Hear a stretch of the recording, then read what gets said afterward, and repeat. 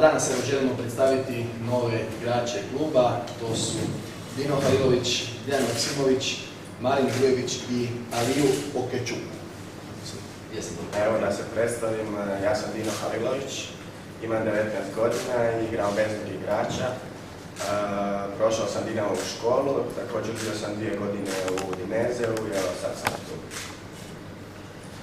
Da vas prije svega sve pozdravim, ja sam Dejan Maksimović, imam 21 godinu, također sam vezni igrač, dolazim iz Bosanske Gradiške, prije Istre nastupao sam za Kozaru, Radnik Bijeljinu i Mladost Dobar Kakan i također mladi sam reprezentativac Bosne i Hercegovine.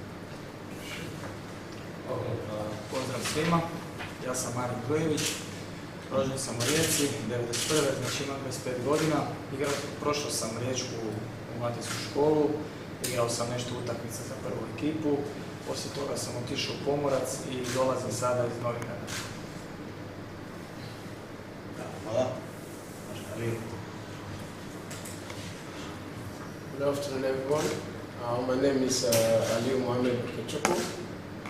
I'm 21 years old. I came from Split.